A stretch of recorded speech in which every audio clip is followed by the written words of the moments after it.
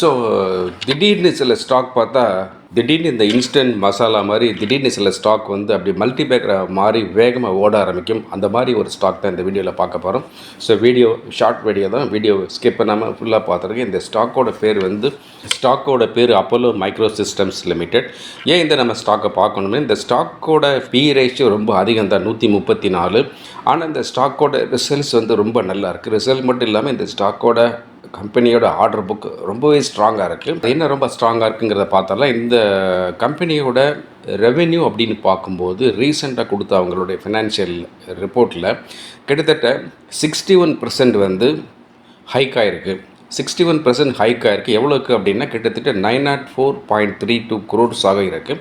அது மட்டும் இல்லாமல் இந்த க்ரோத் அப்படிங்கிறது வந்து ஹிஸ்டாரிக்கல் ஹைன்னு சொல்கிறாங்க. இது வரைக்கும் இல்லாத அளவுக்கு இந்த கம்பெனியில் இந்த மாதிரியான ஒரு மேசிவான க்ரோத் ரெவென்யூ வந்திருக்குன்றது ஒரு ஒப்பீனியனாக சொல்கிறாங்க மார்க்கெட்டில். அப்போ இந்த ஸ்டாக்கை நம்ம ஏறெடுத்து பார்க்கலாங்கிறது புரியுது. ஸோ அதுக்கப்புறம் எங்களுடைய ப்ராஃபிட் ஆஃப்டர் டேக்ஸ் பேட் பார்க்கும்போது 90.5% மேலே ஏறி இருக்குது. அதுவும் மிகப்பெரிய வளர்ச்சியை காட்டுது. அது எவ்வளோன்னா கிட்டத்தட்ட 112.92 crores இருக்குது. அண்ட் இந்த கம்பெனியோட குவார்ட்டர்லி ரிசல்ட் அப்படின்னு பார்க்கும்போது ப்ராஃபிட் வந்து 163.5% மேலே ஏறி இருக்குது. ஸோ இதுவும் ஒரு மெரிட்டலான பர்ஃபார்மன்ஸ் அப்படின்னு தான், இப்போ குவார்ட்டர்லிலே மெரிட்டலான பர்ஃபார்மன்ஸ் அப்படிங்கிற மாதிரி புரியுது. ஸோ அது எவ்வளோக்கு அப்படின்னு பார்த்தா கிட்டத்தட்ட 36.79 crores இருக்குது. அண்ட் இந்த கம்பெனியோட ஆர்டர் புக் எடுத்து பார்த்தோம்னா என்னென்னா, கோல் இண்டியா மட்டுமே கிட்டத்தட்ட 421 crores ஆர்டர் கொடுத்துருக்காங்க. அப்போ இது வந்து ஒரு மெகா ஆர்டர் ஃப்ரம் மெகா நம்பகமான நேஷ்னலைஸ் பிஎஸ்சி கம்பெனிலேருந்து ஆர்டர் வந்திருக்குங்கிறது இந்த கம்பெனியோட ஃபினான்சியல் ஸ்டெபிலிட்டி அண்ட் விசிபிலிட்டியை காட்டுது.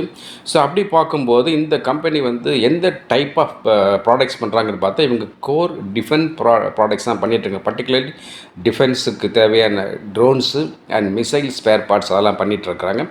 அடிஷ்னல் ஆர்டர்ஸ் வந்து இவங்க மினிஸ்ட்ரி ஆஃப் டிஃபென்ஸ்லேருந்து இந்த ட்ரோன் பண்ணுறதுக்கும் மிசைலோட ஸ்பேர் பார்ட்ஸ் பண்ணுறதுக்குமான ஆர்டர்ஸும் ரீசெண்டாக வாங்கியிருக்காங்கிறது மார்க்கெட் நியூஸு.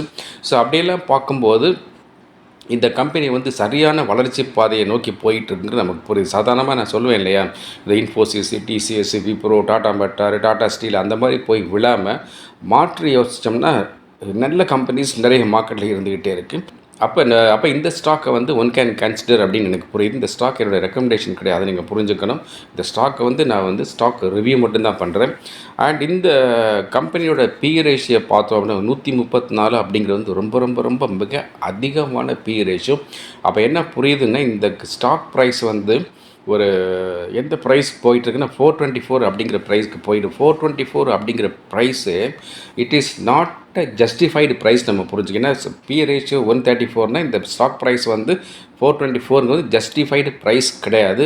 அநியாயமாக பிளாக் டிக்கெட்டில் பணம் வாங்கி அந்த காலத்தில் சினிமா பார்ப்பாங்களே அந்த மாதிரியான ஒரு தன்மையில் இந்த ஸ்டாக் இருக்குன்னு புரியுது.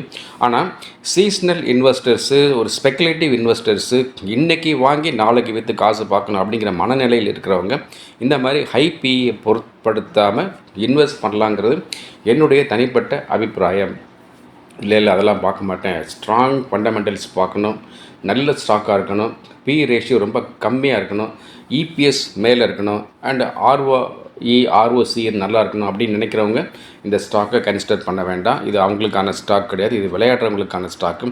இப்போவே பார்த்தோம்னா இந்த ஸ்டாக்கோட ஆர்ஓசி நல்லா தான் இருக்குது, 14.5% இருக்குது. ஆர்ஒஇ 11.8% இருக்குது. Face value ₹1. ஆனால் ட்ரேடிங் வேல்யூ வந்து 424. ஒரு ரூபா ஸ்டாக் வந்து ₹424 ட்ரேட் ஆகிட்டு இருக்குங்கிறது வந்து ஹையஸ்ட் ப்ரீமியம் ஹையஸ்ட் ரேட்டில் போகக்கூடிய ஸ்டாக்கு. ஸோ பயப்படுறவங்க இந்த ஸ்டாக்கை திரும்பி கூட பார்க்க வேண்டாம். தைரியமாக தில்லாக இருக்கிறவங்க இந்த ஸ்டாக்கை தொட்டு பார்க்கலாம் அப்படிங்கிறது என்னுடைய தனிப்பட்ட அபிப்பிராயம். ஸோ அடுத்த வீடியோவில் வேறு ஸ்டாக்கோடு உங்களை சந்திக்கிறேன்.